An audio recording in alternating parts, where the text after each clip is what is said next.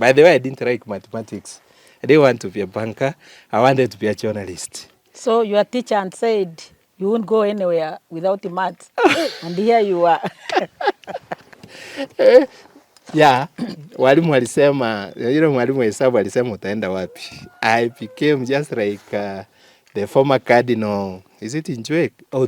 Tunga, who at an E in CRA and became a cardinal. Don't joke.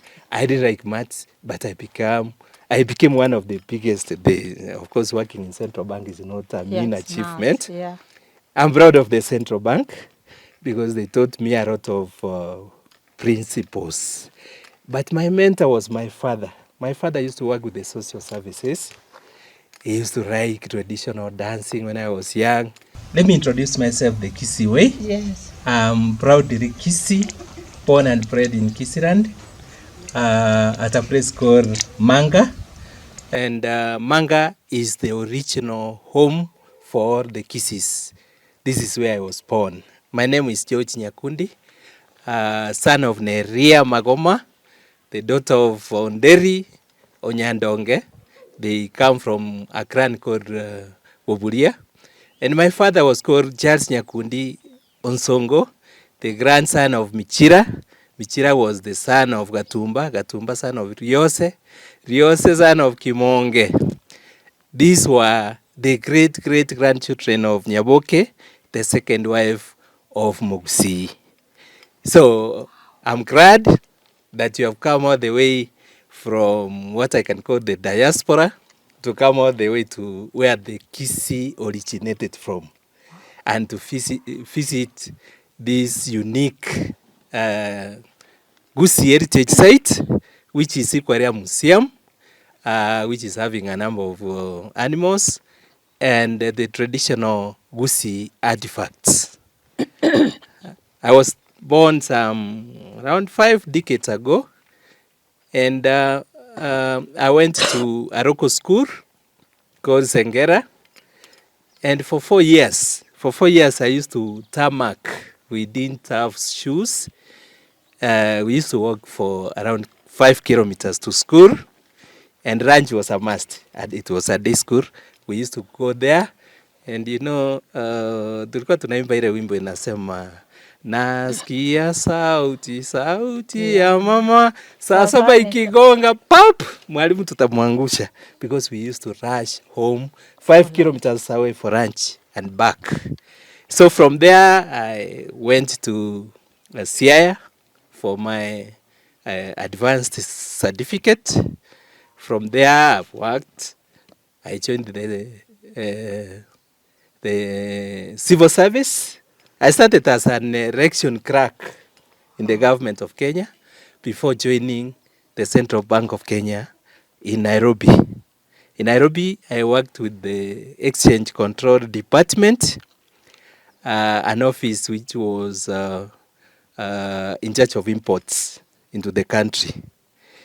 I worked for 8 years in Nairobi before going to Kisumu, where I rose through ranks to become a senior currency analyst. A very nice job, a very challenging job, which was very risky. You know, there in central bank, or in all the banks, you are, we normally say that you are employed using a pencil, and it can be rubbed any time. So for 30 years, I managed to protect that pencil. It was not rubbed. It was not rubbed. I worked for over 30 years before decided to come out and to give room for the youths and start other things, because I'm now voluntary. Yeah. I wrote a letter when I clocked 50 years. I told them now, bye-bye. And what is funny is that in my history, for 30 plus years, I didn't get a warning in the central bank. Congratulations. And I'm proud of that. I'm so proud because I was a wonderful worker. And I decided just to come to be with the people. Just to inform the viewers, I didn't want to be a banker. By the way, I didn't like mathematics. I didn't want to be a banker. I wanted to be a journalist. So your teacher said you won't go anywhere without the maths. And here you are. Yeah, walimu walisema, mwalimu wa hesabu alisema utaenda wapi. I became just like the former cardinal, is it Njwe? Otunga, who had an E in CRE and became a cardinal. Don't joke. I didn't like maths, but I became one of the biggest. Of course, working in central bank is not a mean achievement. Not, yeah. I'm proud of the central bank because they taught me a lot of principles. But my mentor was my father. My father used to work with the social services. He used to write traditional dancing when I was young. They used to dance. He used to be an MC at national functions. And like nowadays, where there's a lot of disorganization, I respected that man because he was a man of the people. Is he still alive? No, he passed on. God rest his soul in peace. Yeah. Thank you. But the DNA, I believe the DNA is flowing in my blood, and I'm following his footsteps. One, I'm the coordinator of Mwanyagetinge Heritage Council, a very big council in Gusirand. This is a council which is comprising of elders, both women and men, who are, of course, senior than me, 70 years and above, and we are trying to document their knowledge. Most of them are dying with the rich history of Homogusi, the rich social fabric, and the tenets that that matters to Piabagusi. Remember, I know even where you come from, the language is almost gone. Okay. So we are trying to fight to bring back, to protect the endangered languages, including the Kisi language. So this is a center which I decided to bring up because most of our counties are reluctant to start such things. So I decided, no, the DNA is flowing social services, and I decided to start this one. You have seen a number of reptiles. Yes. You have seen the artifacts. The homesteads. The homesteads. Of course, it's work in progress. Yeah. And soon, we shall start an educational center for our youths. Remember the foreign principles, the practices of Musungu is not tenable in our African communities. Wow. Yeah, so we want to bring back our heritage, not even culture, we want to bring back our heritage. So that is why we started this Mwanyagetinge Heritage Center. Wow. Sir George, this is impressive. Thank you. Thank you. Imagine comparing our culture is not only the Gusi culture which is dying today. Almost all the cultures are gone, even the language, even ourselves, to express ourselves in other language, besides the English and Kiswahili, which is really, it's pathetic. Yeah. I'm so proud of you. Thank you. I've gone through the museum. I've seen several homesteads. I didn't even know the homesteads looked like the Meru ones. So, you see, like they used to use mud, cow dung. No, cow dung How do they smear their houses? Of course, there's a special clay and soil. Yeah. Yeah, we pack soil nicely. Yeah. And we smear the walls this way. Yes. And it's a very good house if you look inside, you look at the inside. Yeah. And what I can say is that the Meru, no, all the Bantus, yes, have got the same origin. Yes. For the Omogusi, yes, Omogusi used to marry up to 5 wives officially, and I don't know whether to also to act as an example and marry 5, because the first one was called Mobuchaibu. Mobuchaibu was the first wife. Nyamesanchwa was the second wife. Nyaweri Mate, then Nyaweri Rogoro. The last one, of course, the 50th wife, by the time I'm saying marriage, the 50th wife, si ameseka sana. Huyo ndio pusek yake, bag yake, anaitwa Nyageita.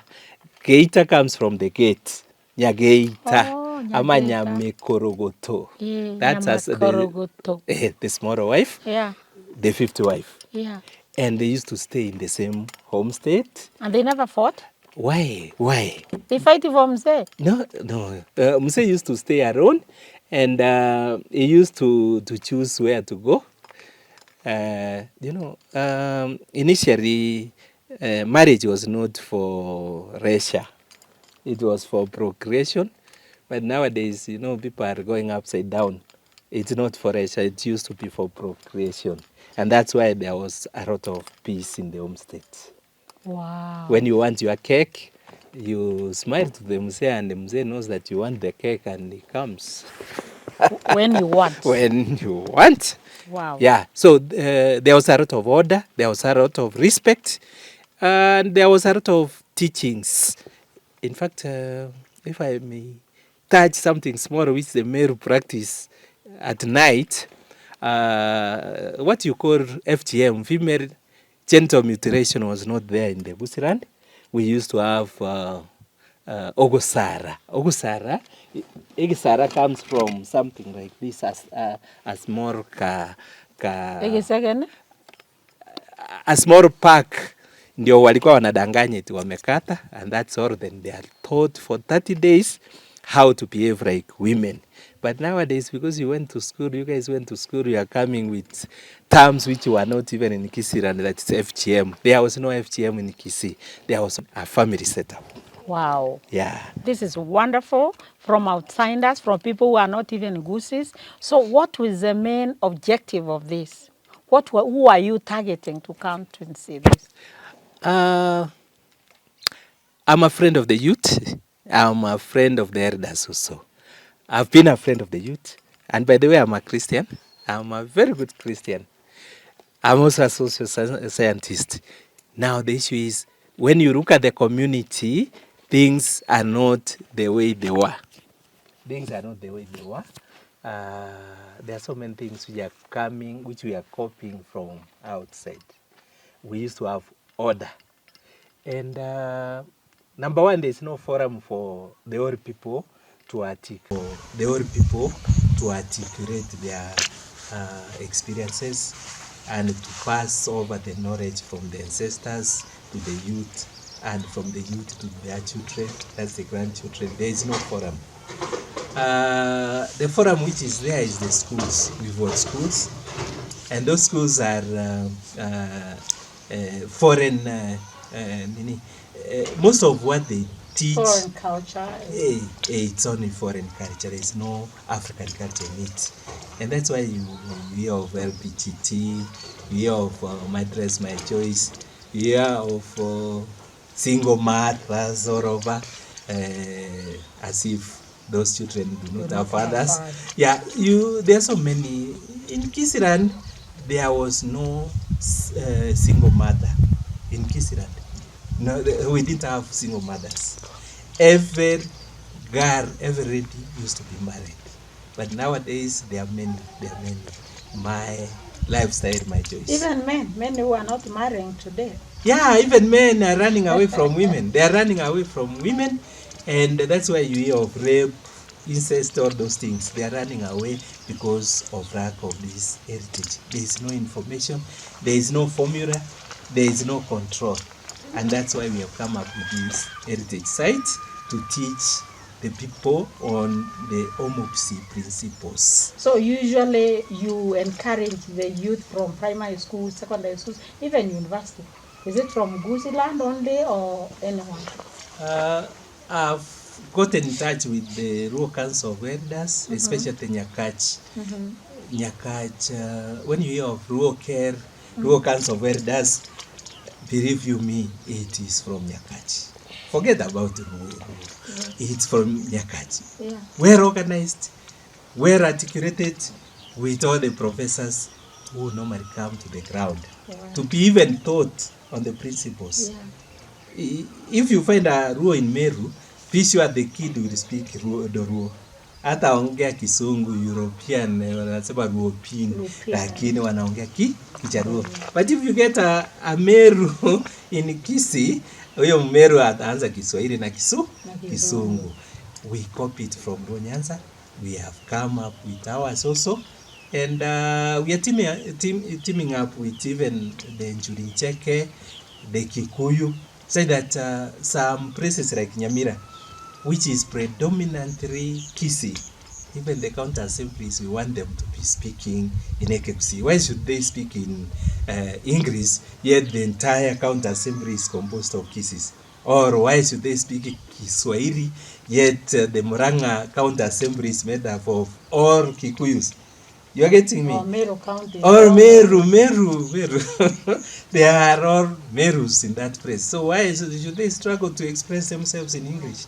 So we are also trying to bring up that campaign, because when through this heritage center. Through this heritage center, we are networking. And I don't want to preempt. I'm from Kisii right now. Our governor wanted some of these sheets to go to the Council of Governors in Eldoret. So nimekimbia huko nimempatia. I'm watching the television whether it's going to put on these things from this press. So ideally, I was a banker. I enjoyed working in the senior most bank. Money was our product. You know, when you said bananas, our product was money. But of course, it was not ours. It was not even in the pocket.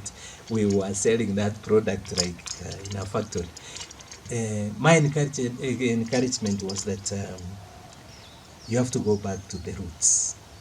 You must go back to the roots. And after seeing what's happening across the globe, by the way, I've really traveled also. I've seen how people behave, but home is best. And what we call primitive to others is not primitive. It's a privilege that God created us to be Kisis, to be Merus, to be Kikuyus, and we should be proud of that. So I'm enjoying this one. Even after retirement, I'm sure I'm getting some small pension also. At the end of the month, I'm also now a senior citizen. Napata kidogo, natengeneza kidogo.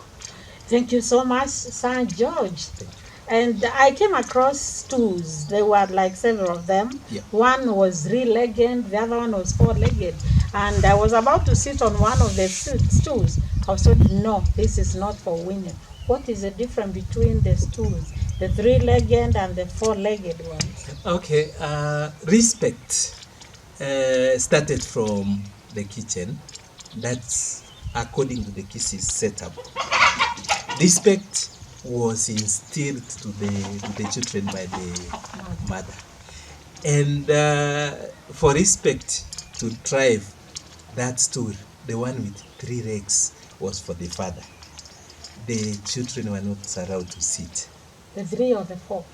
The 3-legged first. If a mother finds the boy or the daughter seated there, atampiga vibaya sana. Because according to the kiti ya baba. Hiyo ni ya baba. Sasa ukifukuza watoto wako wasikae kiti ya baba, si hiyo ni heshima? Indirectly ile inaitwa aje, integrity. Even in darkness, what you practice in darkness should be the same thing you practice in daytime. So when the mother protects that seat, respect stems from there. So the 3-legged was for the father of the house. The 4-legged was for the father's close friend.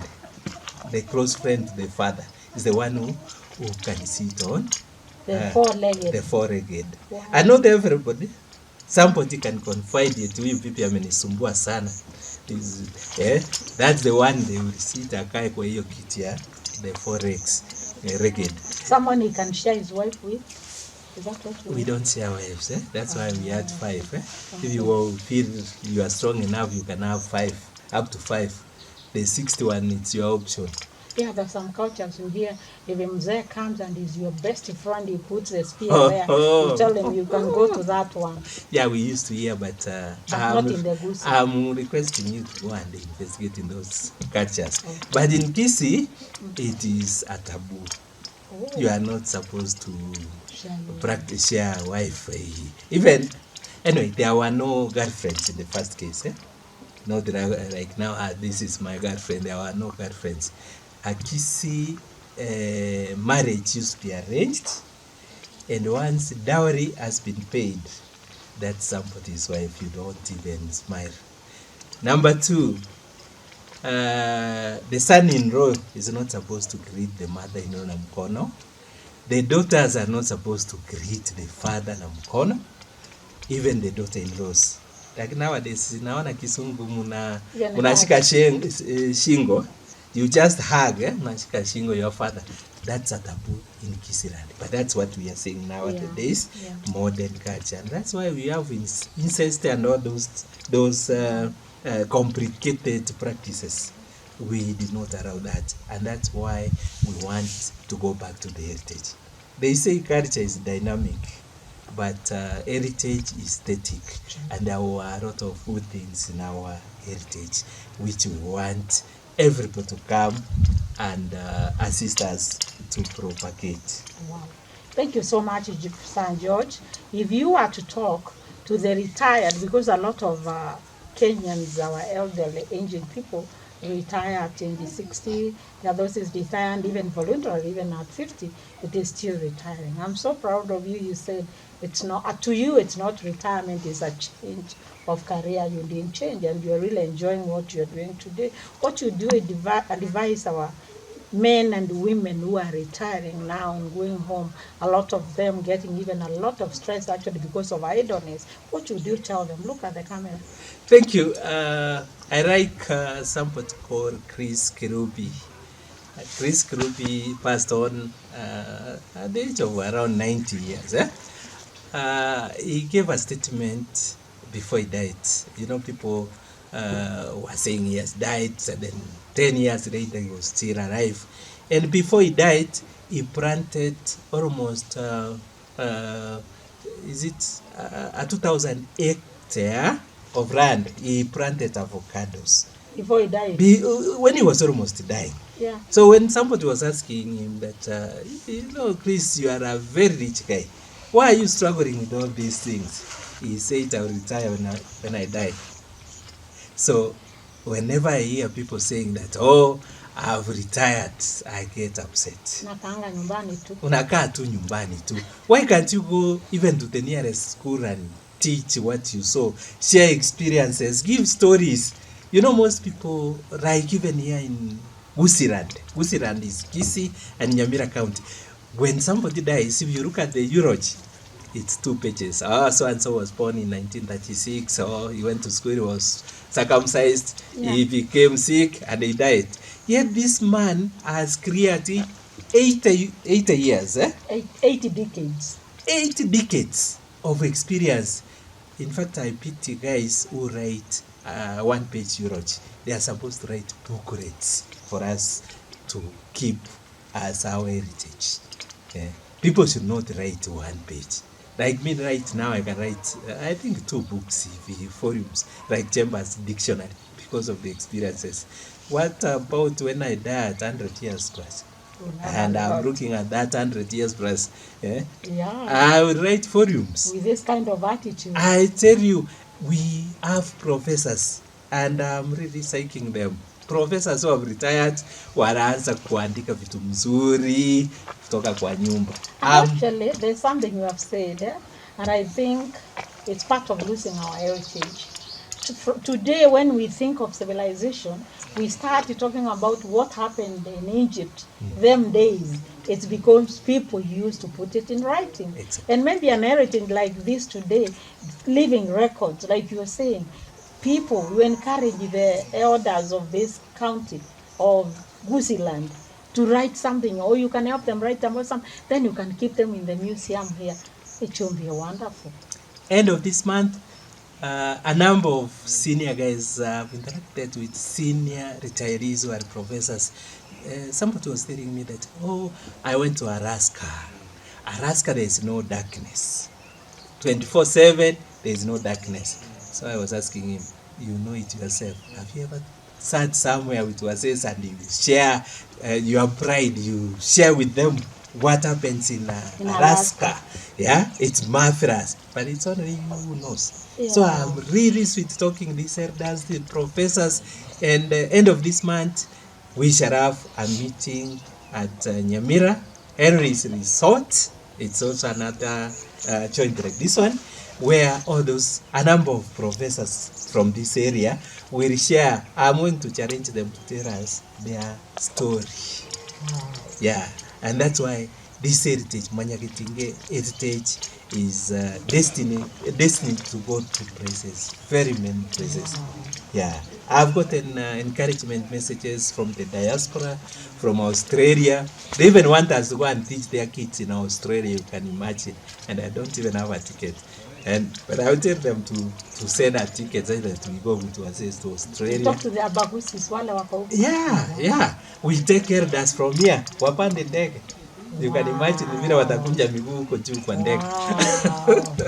Viewers, thank you very much. We've been talking to Sir George Nyakundi, yeah, the owner and founder and the vision carrier for Mwanyagetinge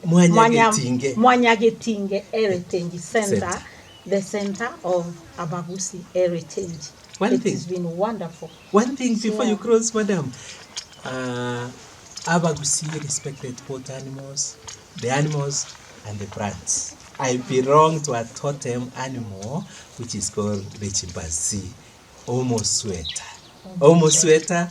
Anybody who kills a chimpanzee, a monkey, or a baboon, that's the same family, should not come to our place and ask even for water. Or even marry from our place. He will be killing our clan. So I come from Osweta clan, and I'm proud of that. Wow, the Miro tribe. I would like to know my clan, my animal clan. Next time I'm coming back and I'll come with the name of, so that I know the animals I should not kill. So thank you so much, viewers, the retirees, the people who are retiring. You have seen it, you've heard it. There is nothing like retirement. You retire when you die. You only transit from one job to another. You can do it. You can do it. If Sir George can do it, you can as well do it. There's a lot you can do. You have a lot of experiences, like he just said. Bring it out. Teach. Train. Let us know. Please don't forget to subscribe to Mworia Network. God bless you. Thank you so much. Thank you, Mom. I'm so proud. Thank you, Mworia. Thank you, Mworia. I wish you remain in Kisiland so that we promote this heritage. Wow, I will. Thank you.